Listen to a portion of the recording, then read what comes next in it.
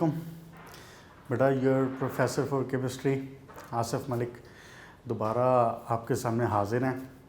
क्या हाल है आप लोगों के? ठीक ठाक हैं? तबीयतें ठीक हैं आपकी?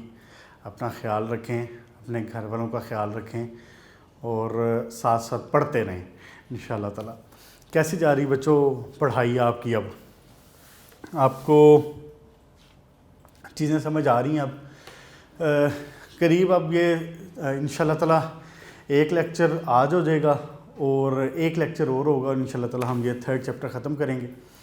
काफ़ी तसल्ली से, काफ़ी डिटेल से हमने ये थर्ड चैप्टर किया है और उम्मीद करता हूँ कि चीज़ें आपको समझ आई भी होंगी। आप लोगों के क्वेश्चन मुझे आ रहे हैं और इंशाअल्लाह ताला नेक्स्ट लेक्चर में मैं ना आपके जो क्वेश्चंस हैं उनका एक पूरा क्वेश्चन एंड आंसर का सेशन हुआ करेगा। आपको मैंने बताया था लास्ट टाइम कि आपके जो पूरे एक हफ़्ते के क्वेश्चंस हैं ना, इनका पूरा एक अलग लेक्चर हुआ करेगा और वो उसी दिन सारे के सारे रिप्लाई कर दिए जाएंगे।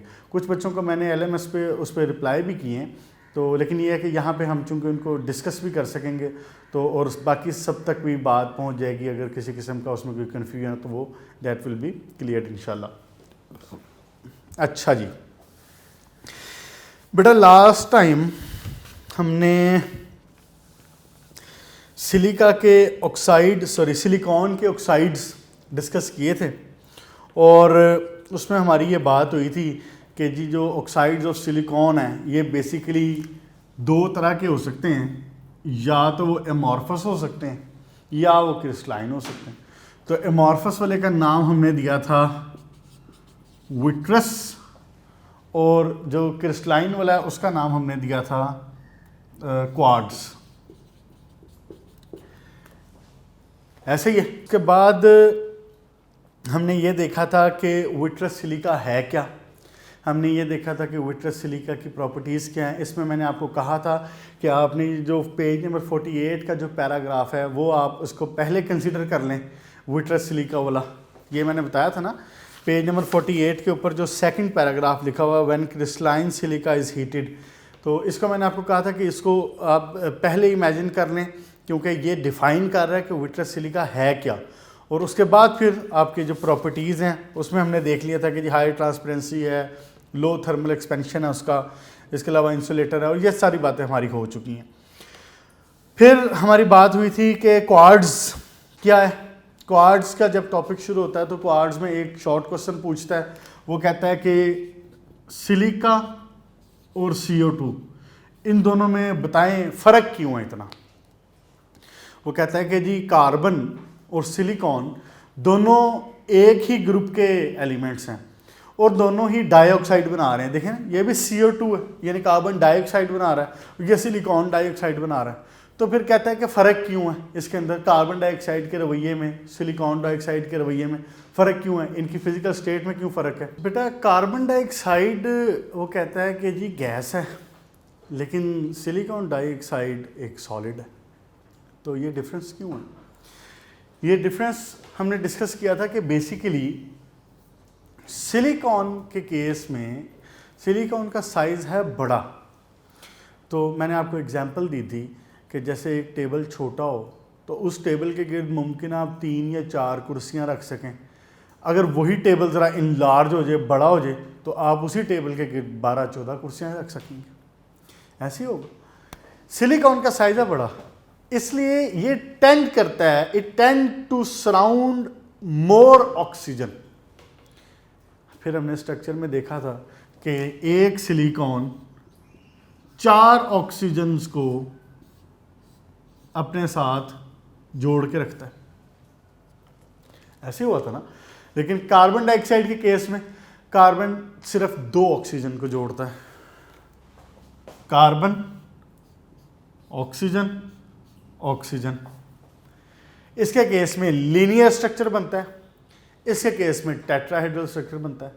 टेट्राहेड्रल स्ट्रक्चर में आपको पता है एंगल 109.5 होता है और लीनियर स्ट्रक्चर में एंगल 180 है।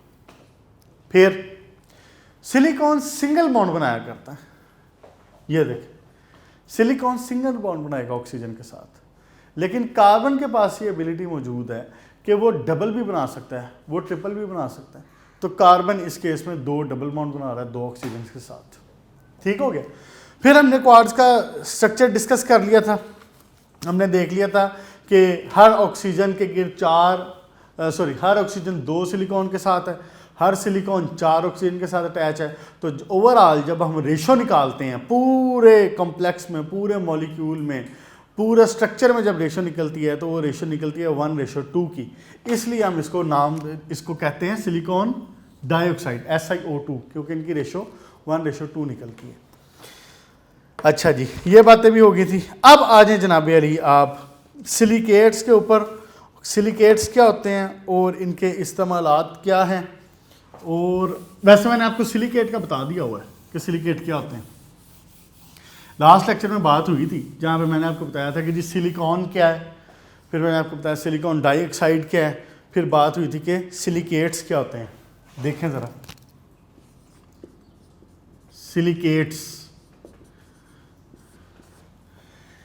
ये सिलिकेट्स बेसिकली वो कंपाउंड्स हैं जो कि डिराइव किए गए हैं सिलिसिक एसिड से। The compounds which are derived from the silicic acid are silicates. अब सिलिसिक एसिड क्या है? कार्बन डाइऑक्साइड वाटर के साथ मिलता है, बनाता है H2CO3। कोई नई बात तो नहीं है ना, पता है। सिलिकॉन डाइऑक्साइड वाटर के साथ मिलता है तो ये बनाता है सिलिसिक एसिड। क्या? Silicic acid. Silicic acid. और होगा क्या? इसी तरह सेम टू सेम ये वाला H2SiO3। मुश्किल है कोई? इसका स्ट्रक्चर इस तरह से होता है कि एक silicon, double bond oxygen, hydroxyl, hydroxyl. कितना हो गया? H2SiO3। क्लियर? All okay? अब देखें ज़रा, ये जैसे इसमें है सिलिसिक एसिड, आपने पहले पढ़ा है बोरिक एसिड, 3rd ग्रुप में आपने पढ़ा है बोरिक एसिड। और फिर बोरिक एसिड में आपने देखा कि जी और 2 बोरिक एसिड होता है जी, मेटाबोरिक एसिड होता है जी, ऐसे ही होता है ना। इसमें भी ऐसे ही होता है। सिलिसिक एसिड में मेटासिलिसिक एसिड है, और 2 सिलिसिक एसिड है, डायसिलिसिक एसिड है और पायरोसिलिसिक एसिड है। हमारा इसमें वास्ता पढ़ना है सिर्फ इसके साथ, मेटासिलिसिक एसिड के साथ, इसलिए हमने बाकी डिस्कस करने की ज़रूरत नहीं है। एग्जाम्पल के तौर पर मैं बता देता हूँ कि कौन कौन से हैं। आपके पास है मेटासिलिसिक एसिड, फिर आपके पास है जनाब अली डायसिलिसिक एसिड, फिर आपके पास है पायरो, और फिर है जनाब अली ऑर्दो सिलिसिक एसिड। हमने इसमें डिस्कस नहीं करने हैं। बाकी डाइसिलिसिक एसिड, पायरो, ऑर्दोसिलिक एसिड ज़रूरत नहीं है, आपके कोर्स में नहीं है। जैसे अब ऑर्दोसिलिक एसिड के केस में क्या होता है कि Si4OH होते हैं, ये देखें, उसके अंदर 2 OH थे मेटा में, और इसका ये होता है, तो इसको यूं लिख लिया जाता है SiOH4। बाकी तफसीलन जाने की जरूरत नहीं है क्योंकि कोर्स में है नहीं, सिर्फ मेटासिलिसिक एसिड देखते हैं। मेटासिलिसिक एसिड क्या है जनाब? H2SiO3।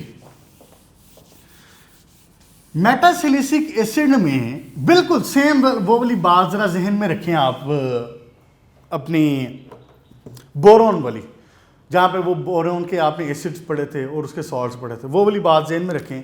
तो सोडियम सिलिकेट क्या होना चाहिए? आप मेटासिलिसिक एसिड को H2SiO3 को, इसके हाइड्रोजन को सोडियम से रिप्लेस कर दें तो सोडियम सिलिकेट बन गया। मुश्किल है आपको इसमें? मैंने क्या किया है, H2SiO3 सिलिसिक एसिड था, मैंने हाइड्रोजन को रिप्लेस किया लाइक बोरोन, वहाँ पे हाइड्रोजन को रिप्लेस किया, Na2SiO3 सोडियम सिलिकेट बन गया। इतनी सी बात है इसमें। प्रिपेयर कैसे किया जाता है ये, इसका रिएक्शन करवाते हैं Na2CO3 का प्योर सैंड के साथ। अच्छा एक बात, पेज नंबर 48 पे ये जो सोडियम सिलिकेट का हेडिंग है, इसके अंदर इक्वेशन लिखी हुई है ना, कुछ बुक्स में मुमकिन है SiO3 लिखा हो, ये गलत है, SiO3 नहीं आना, यहाँ पे SiO2 आना, इसको करेक्ट कर लें। अच्छा जी, सोडियम कार्बोनेट रिएक्शन करता है सिलिका के साथ, तो ये बना देता है जनाबे अली Na2SiO3 साथ में CO2। ये देखिए ना, CO2 कार्बन डाइऑक्साइड इधर से निकल गया, एक पीछे ऑक्सीजन बचा, तो वो ऑक्सीजन और ये सोडियम और सिलिका, और एक ऑक्सीजन जो यहाँ से बचा सोडियम सिलिकेट Na2SiO3, और साथ में कार्बन डाइऑक्साइड निकल गई। ये रिएक्शन होता है रिवर्बरेटरी फर्नेस में। क्या वर्ड यूज किया, रिवर्बरेटरी फर्नेस। फर्नेस मैंने आपको बताया भट्टी, सिंपल, जिसमें आग जलाई जाती। रिवर्बरेटरी फर्नेस ऐसी फर्नेस होती है जिसकी दीवारों को भी हीट किया जाता है, जिसकी छतों को भी हीट किया जाता है। यानी एक रूम सा होगा, जैसे ये एक रूम है सिंपल, उसके अंदर आप मटेरियल्स को डाल देते हैं, सोडियम कार्बोनेट को डाल देते हैं, सिलिका को डाल देते हैं, फिर आप इस पूरे रूम को गर्म करते हैं। वो कैसे गर्म करते हैं, इसकी छतें भी गर्म की जाती हैं, इसकी दीवारें भी गर्म की जाती हैं, बाहर से फ्लेम इसको मिलता है। ऐसी फर्नेस को कहते हैं रिवर्बरेटरी फर्नेस। क्या, रिवर्बरेटरी फर्नेस। ठीक हो गया बच्चे, बस इतनी सी बात है इसमें, छोटी सी इसकी इक्वेशन है, शॉर्ट क्वेश्चन के लिए ज़हन में रखें। प्रॉपर्टीज इसमें क्या है कि ये वाटर सॉल्युबल होता है, इसीलिए इसको वाटर ग्लास भी कहते हैं। सोडियम सिलिकेट को वाटर ग्लास भी कहते हैं। क्यों, क्योंकि ये वाटर सॉल्युबल होता है। अच्छा, अब वाटर सॉल्युबल है तो मुझे एक बात ज़रा लॉजिकली बताएं, अच्छे बच्चे हैं आप माशाल्लाह, सारे पढ़े लिखे बच्चे हैं। Na2SiO3 को जब मैं वाटर में डिसॉल्व करूंगा तो इसका सोल्यूशन क्या होना चाहिए, HOH लिख दूं वाटर को, हाँ जी, क्या सोल्यूशन होना चाहिए इसका, इसका सोल्यूशन अल्कलाइन होता है। और अल्कलाइन क्यों होगा, ये देखें क्या बन गया, H2SiO3, पीछे बचा क्या, हाइड्रोक्सल सोडियम, क्या बन गया, सोडियम हाइड्रोक्साइड। तो अब H2SiO3 स्ट्रॉन्ग एसिड है या सोडियम हाइड्रोक्साइड स्ट्रॉन्ग बेस है, तो फिर रिएक्शन क्या, सॉरी सोल्यूशन क्या होगा, अल्कलाइन हो जाएगा। क्यों, क्योंकि सोडियम हाइड्रोक्साइड स्ट्रॉन्ग बेस है। बस आगे देखें एक शॉर्ट क्वेश्चन, केमिकल गार्डन। क्या किया जाता है कि ये जो आपने Na2SiO3 है ना, सोडियम सिलिकेट, इसको वाटर में डिसॉल्व करके सोल्यूशन बना लेते हैं। यानी कि वाटर ग्लास का बना लेते हैं क्या, सोल्यूशन। उसको पानी में डिसॉल्व किया और उसका बना लिया सोल्यूशन। जब बना लिया ना इसका सोल्यूशन, तो उसके बाद इसमें केमिकल गार्डन, ये देखें इस तरह मैंने एक बीकर लिया, मैंने जनाब अली इस बीकर में पानी डाला और पानी डाल के इसके अंदर मैंने डाल दिया सोडियम Na2SiO3 सोडियम सिलिकेट, इसके अंदर डाल दिया। साथ में यहाँ पे क्या मौजूद है, साथ में जनाब अली मौजूद है वाटर। तो मैंने क्या किया, बेसिकली मैंने वाटर ग्लास का सोल्यूशन बना दिया। जब मैं सोल्यूशन बनाता हूँ ना, ये बन गया सोल्यूशन। सोल्यूशन बनाने के बाद मैं इसमें कुछ क्रिस्टल्स फेरस सल्फेट की डालता हूँ, कुछ क्रिस्टल मैं कॉपर सल्फेट की डालता हूँ, कुछ क्रिस्टल्स मैं नाइट्रेट्स की डालता हूँ। ये सारे आपको आपसे बात हुई थी इस बारे में पहले चैप्टर 1 में, जहाँ पे कलर डिस्कस हुआ था, वहाँ पे बात हुई थी कि ये जो सारे मेटल सॉल्ट्स हैं ना, जो डी वाले ऑर्बिटल्स वाले हैं, डी ब्लॉक वाले, ये सारे कलर्ड होते हैं। तो जब इसके अंदर कलर डाले जाते हैं तो किसी का कलर, जैसे मिसाल के तौर पे निकल क्लोराइड है सबसे पहले, तो निकल क्लोराइड का कलर येलो होता है। अच्छा जी, फेरस सल्फेट है, फेरस सल्फेट का कलर ग्रीन होता है। कॉपर सल्फेट का कलर ब्लू होता है। उसके बाद जो कोबाल्ट नाइट्रेट है इसका कलर होता है रेड। जब इसके क्रिस्टल इसमें डाले जाते हैं ना तो ये ग्रो करते हैं, ये देखें ऐसे,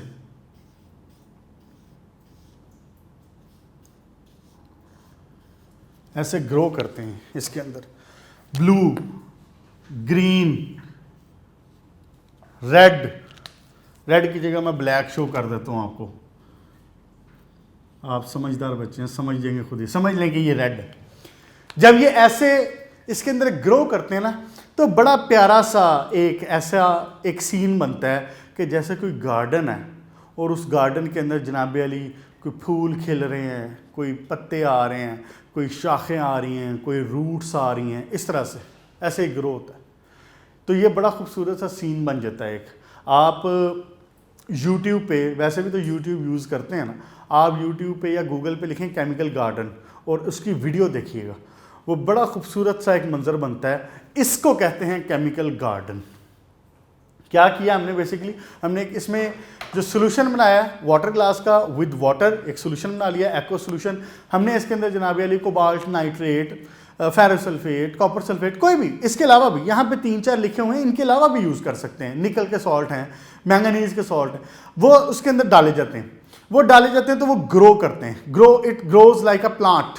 तो वो एक पूरा एक गार्डन की सूरत हाल बन जाती है, वो बड़ा खूबसूरत सा मंजर बन जाता है। इसलिए इसको क्या कहते हैं, ये क्या बन गया, केमिकल गार्डन। ये शॉर्ट क्वेश्चन के तौर पे एक ज़हन में रखिएगा। अच्छा जी, उसके बाद बेटा यूजेस ऑफ सोडियम सिलिकेट देखें एक नज़र, शॉर्ट क्वेश्चन के लिए इसको भी ज़हन में रखना है, आया भी हुआ है ये बोर्ड में। आपने as filler for soap industry, soap industry में इस्तेमाल होता है, फायर प्रूफ एजेंट के तौर पर इस्तेमाल होता है, फर्नीचर पॉलिश के तौर पे इस्तेमाल होता है, कैलिको प्रिंटिंग के लिए इस्तेमाल होता है। कैलिको प्रिंटिंग कहते हैं जो आपके जो कपड़े के ऊपर प्रिंटिंग होती है, कपड़े के ऊपर फैब्रिक के ऊपर प्रिंटिंग की जाती है ना, उसको कहते हैं कैलिको प्रिंटिंग। क्या वर्ड यूज़ कर रहा हूँ, कैलिको प्रिंटिंग।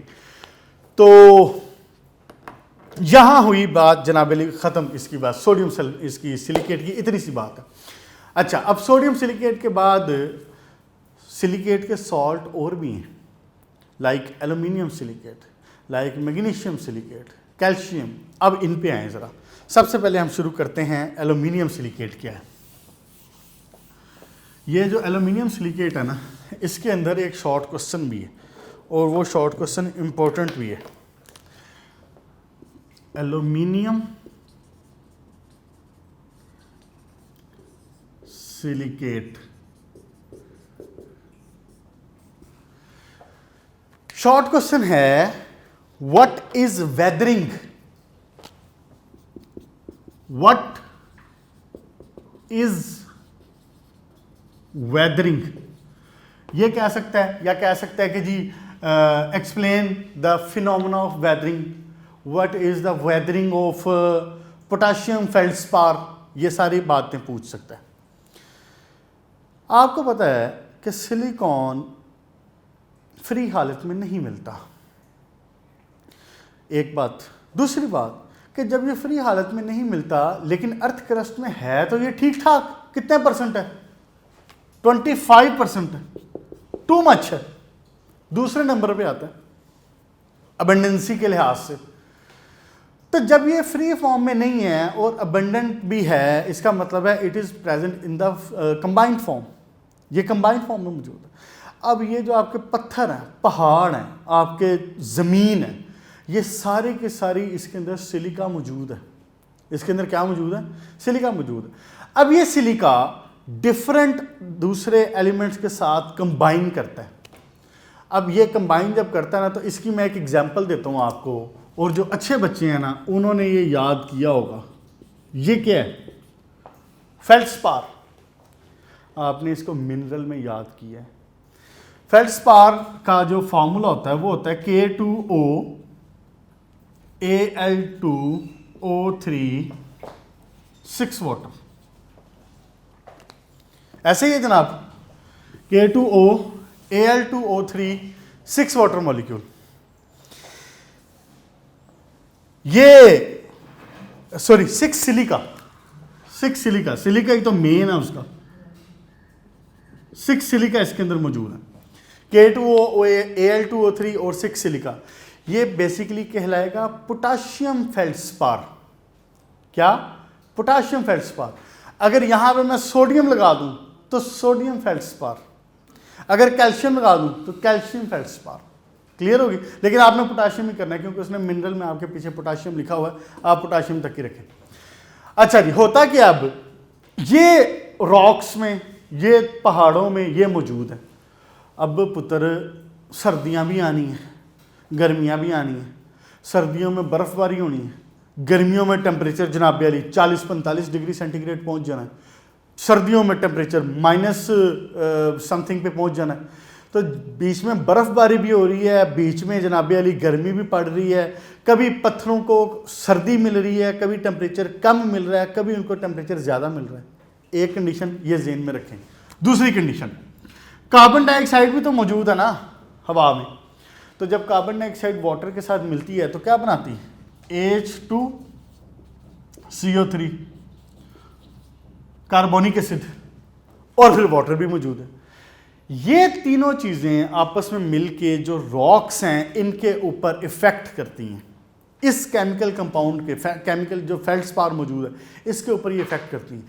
ये इसको करती हैं ब्रेक, इसको ब्रेक करती हैं और इसमें से ये देखें, इसको अलग कर देंगे, इसको अलग कर देंगे। ये इसके अंदर से पोटाशियम कार्बोनेट बना देगा थोड़ा सा, उसके बाद ये साथ में बना देगा एल्यूमिना बना देगा, Al2O3 बना देगा। फिर साथ में एक और चीज़ ये बनाता है और वो है Al2O3 SiO2 और 2 वाटर मॉलिक्यूल। साथ में ये कुछ सिलिका बना देगा इधर।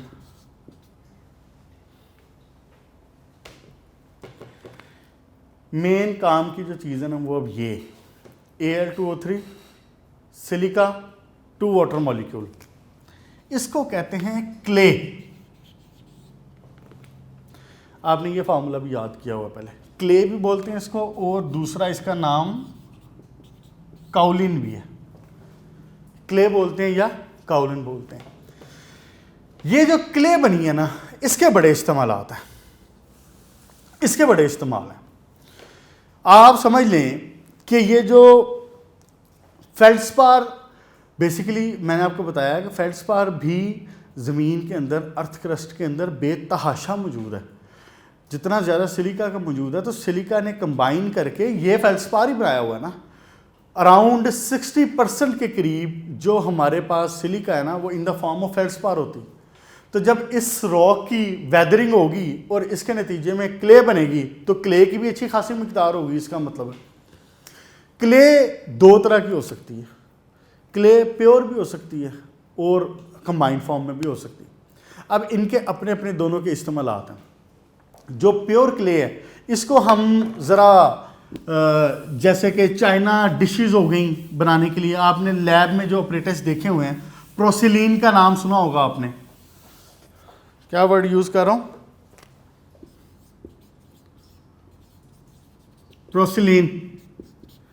फिर आपके जो चाइना वेयर्स हैं ये बनाने के लिए आप इस्तेमाल करते हैं प्योर क्ले, प्योर क्ले। और जो दूसरी आपके पास ओरिजिनल क्ले, ओरिजिनल क्ले का क्या मतलब है? ओरिजिनल क्ले का क्या मतलब है कि उसके अंदर दूसरे एलिमेंट्स भी मौजूद हैं, मिसाल आयरन भी मौजूद है, मैंगानीज भी मौजूद है, वो मिक्सअप है। जैसे ये प्योर होगी ना, ये काइंडली आप समझने के लिए कह लें कि ये इम्प्योर है, तो इसके अंदर दूसरे एलिमेंट्स भी मौजूद हैं। तो इनकी फिर बना ली जाती हैं ब्रिक्स, ईंटें। जब ईंटों को, आपको पता है ईंटें कैसे बनती हैं, वो बेसिकली मिट्टी को पका के बना रहे होते हैं। वो मिट्टी को लेता है, मिट्टी का गारा बनाता है और उसको सांचे में डालता है। उसके सांचे में उसको इस तरह के पूरे, जैसे आपके सामने एक ईंट आती है, उसको पूरा एक ब्लॉक में डालता है और उसको हीटअप करता है। जब इसको हीटअप करता है तो ये पक्की होकर ये सख्त हो जाती है बाद में। और इसका जो रेडिश कलर आता है वो क्यों आता है?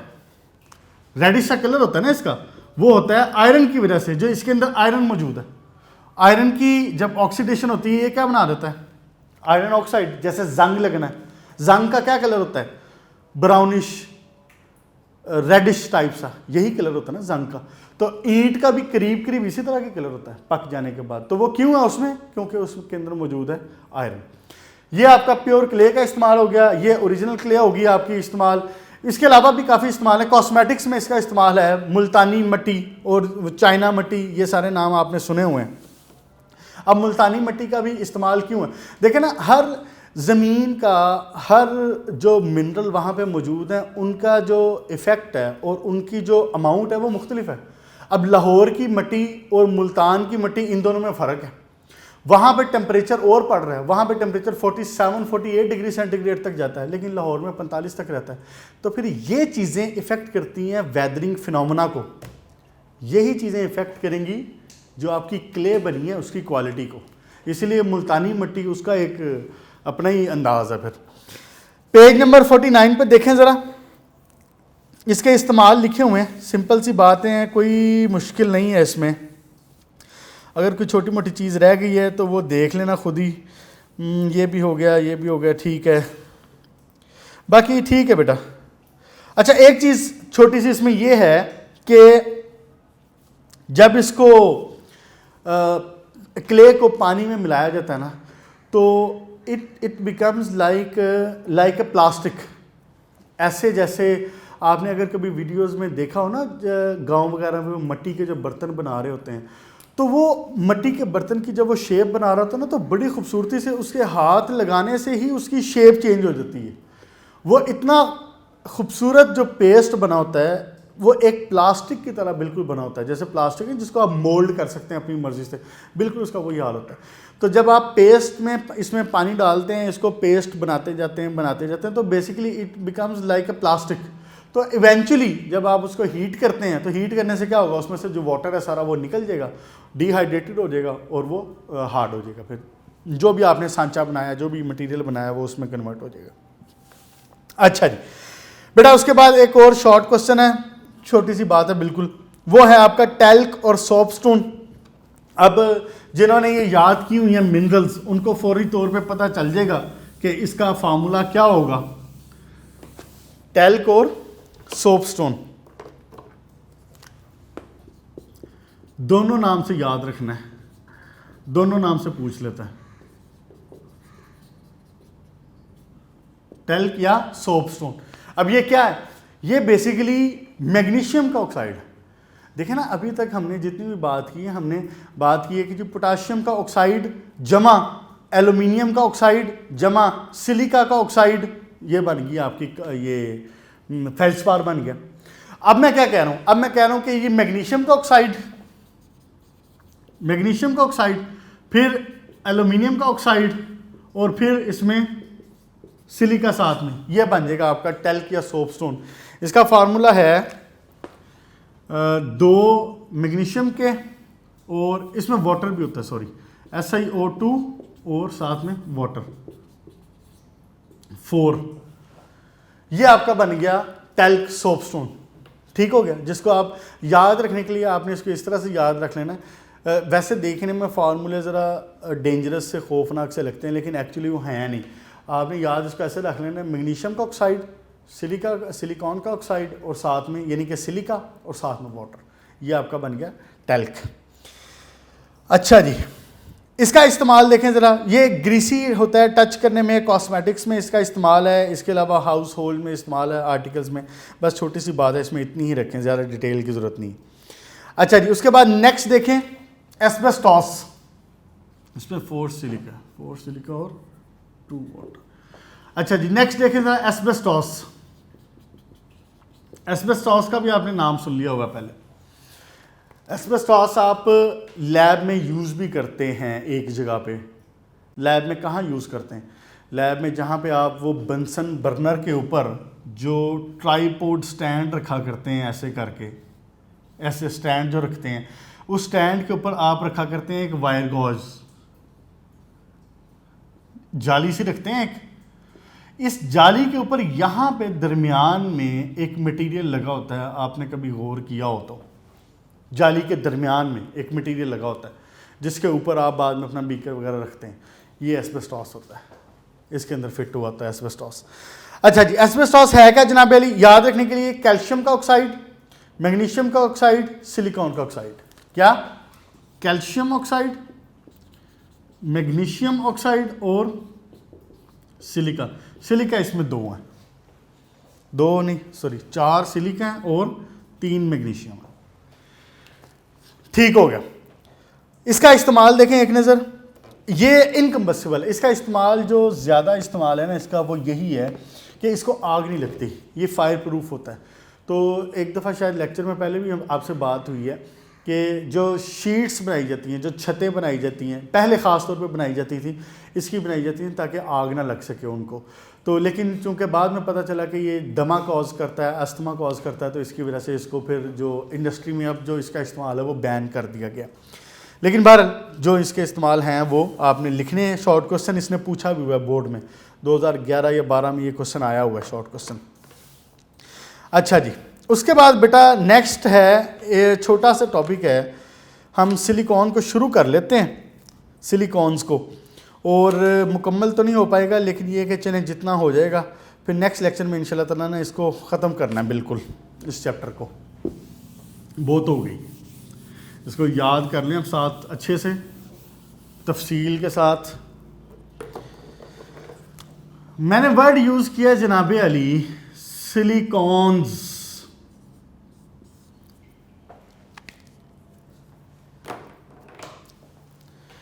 जैसे कार्बन की प्रॉपर्टी है कि वो हाइड्रोजन के साथ मिलके हाइड्राइड भी बना सकता है, वो हैलोजेंस के साथ मिलके लाइक क्लोरीन के साथ मिलके टेट्राक्लोराइड भी बना सकता है। फिर एक और कार्बन की बड़ी ख़ास प्रॉपर्टी आपने पढ़ी है कैटिनेशन, वो कार्बन के साथ भी अटैच हो सकता है। इंशाल्लाह ताला ऑर्गेनिक में जाके आप इसको बहुत डिटेल से पढ़ेंगे। अभी मैं थोड़ा सा जनरल सी बात करता हूँ यहाँ पे, जितनी बात यहाँ के लिए ज़रूरी है, बाकी इंशाल्लाह ताला फिर देखेंगे। कार्बन, इमेजिन कि ये मज़ीद 4 मिथाइल ग्रुप के साथ अटैच है, CH3 कितने के साथ अटैच है? मज़ीद 4 के साथ, CH3C चारों तरफ लग गए CH3। जैसे इसके साथ ये काम हुआ है ना बेटा, यही काम सिलिकॉन के साथ भी हो सकता है। जो इसकी ये प्रॉपर्टी है कार्बन की, यही प्रॉपर्टी सिलिकॉन की भी है। मैंने इसके लिए यहां पे वर्ड यूज किया मिथाइल। ये मिथाइल कहां से बनता है? ये भी हमारी एक दफा पहले बात हुई है, मीथेन से। मीथेन में से आप एक हाइड्रोजन को निकाल दें तो ये क्या बन जाएगा? मिथाइल बन जाएगा। मीथेन में क्या होता है? CH4, एक हाइड्रोजन निकल गया, पीछे क्या बचा? मिथाइल, ये मिथाइल CH3। तो इस कार्बन के साथ, सेंट्रल कार्बन के साथ 4 मिथाइल जनाबे अली अटैच हैं। जो काम इस कार्बन ने किए ना, यही काम सिलिकॉन भी कर सकता है। और मज़े की बात ये है कि सिलिकॉन अगर ये काम करे ना तो हमें बड़ा फ़ायदा होता है। मैंने अब आपको मैं लेके आया हूँ इस बात के ऊपर, ये कम्प्लेक्सेस का नाम है सिलिकॉन्स। ये कम्प्लेक्सेस का क्या नाम है? इनको कहा जाएगा सिलिकॉन्स। इसकी इस्तेमाल और इसकी अहमियत का अंदाज़ा आप लगाएं कि जो गूगल का जो हेड ऑफिस है उसको क्या कहा जाता है? आई थिंक मैं गलत नहीं कह रहा, गूगल के हेड ऑफिस को ही कहते हैं सिलिकॉन वैली, USA में। सिलिकॉन के इस्तेमाल की वजह से इसका नाम, उस पूरे एरिया का नाम सिलिकॉन वैली है। बहरहाल इसके ऊपर मज़ीद बात करेंगे, फ़िलहाल मैं इसकी मैन्युफैक्चरिंग की तरफ आना चाह रहा हूँ, टाइम का मैं भी नेक्स्ट लेक्चर में इंशाल्लाह तफसील से इस पर बात करेंगे। अच्छा जी, अब ये जो सिलिकॉन है, सिलिकॉन्स का बनना, मैंने बताया कि कार्बन, इस कार्बन की जगह अगर मैं SI लगा दूं तो कोई मसला है? जो काम कार्बन 4 बॉन्ड बना के अपने साथ दूसरे मिथाइल को, दूसरे क्लोरो को, दूसरे ब्रोमो को, जिसको मर्जी अटैच कर सकता है, यही काम सिलिकॉन भी कर सकता है। नाउ इमेजिन अ कंपाउंड के जनाबे अली, हम कहते हैं कि ये एक कंपाउंड है जिसमें दो तरफ मैं लगा लेता हूं क्लोरो और दो तरफ लगा लेता हूं मिथाइल। इसका नाम क्या होगा? 2 क्लोरो 2 मिथाइल सिलिकॉन। 2 क्लोरो है, 2 मिथाइल है। मामला होता क्या है, जब इसका रिएक्शन करवाया जाता है ना वाटर के साथ, किसके साथ? वाटर के साथ। 2 क्लोरो 2 मिथाइल सिलिकॉन, इसका रिएक्शन हुआ जनाबी अली वाटर के साथ, तो वाटर क्या होता है? HOH। तो ये हाइड्रोजन और ये Cl, ये दोनों आपस में मिलके क्या बना देते हैं? HCl। जब ये HCl बनाते हैं, एक बात याद रखिएगा, आप ऑर्गेनिक में भी आगे जाके देखेंगे, जहां पे भी पहले और 7वें ग्रुप के एलिमेंट को मिलने का मौका मिल रहा होगा ना, वो बाकी सारा कुछ छोड़ के आपस में आके मिल जाएंगे। पहले और 7वें ग्रुप की एफिनिटी बहुत ज़्यादा होती है। यही काम हमने यहाँ पे किया। ये पहले ग्रुप का है, ये 7वें ग्रुप का है, तो पहला और 7वां ग्रुप आपस में कंबाइन करके क्या बना देंगे? HCl। पीछे बचा क्या? हाइड्रोक्साइड। तो हाइड्रोक्साइड के पास और क्या ऑप्शन है कि वो जाके ये जो जगह खाली हुई है इसकी जगह पे जाके फिट हो जाए। ये बना देता है साथ में SiOH, इधर क्या आना है? CH3, इधर आना है CH3, इधर आना है OH। ठीक हो गया बच्चे? अब फर्दर क्या होता है कि ये OH मौजूद है ना, तो इसी तरह यहां पे एक और भी तो कंपाउंड मौजूद होगा ना इसी का सेम लाइक। देखे ना, एक बीकर है मिसाल के तौर पे, उसके अंदर ढेर सारे ये कंपाउंड पड़े हुए हैं, ये रिएक्शन हो रहा है, तो एक मॉलिक्यूल ये मौजूद है, तो एक मॉलिक्यूल साथ में एक और मौजूद है करीब में, तो ये दोनों मॉलिक्यूल आपस में मिल के क्या करते हैं? इसका H और इसका OH ये आपस में मिलके वाटर बना देते हैं। ये देखें, नेगेटिव वाटर HOH। जब ये काम हुआ तो पीछे बचा क्या है? ये ऑक्सीजन। अच्छा, इधर से क्या हो रहा होगा? ये OH किसी और के साथ मिल रहा होगा, उसका मॉलिक्यूल ये वाला OH आगे किसी और के साथ मिल रहा होगा, तो हर एक केस में सिर्फ क्या बच रहा है? ऑक्सीजन। तो फिर मामला क्या बनता है? अब मैं ज़रा रेज करता हूँ ताकि एक दफ़ा ये जो फाइनल स्ट्रक्चर बनता है इसको क्लियरली बना सकूँ। यहाँ पे ये बन जाता है लास्ट में Si ऑक्सीजन, ये CH3 मिथाइल। इनको तो किसी ने टच नहीं किया ना, ये तो ऐसे कैसे ही मौजूद है, ऑक्सीजन। फिर आगे अब अगले मॉलिक्यूल का, उसका OH निकल गया था, इसका H निकल गया, वाटर बन गया था, अब ये इसके साथ ऑक्सीजन। क्या आपने ये स्ट्रक्चर पहले देखा हुआ है? देखें जरा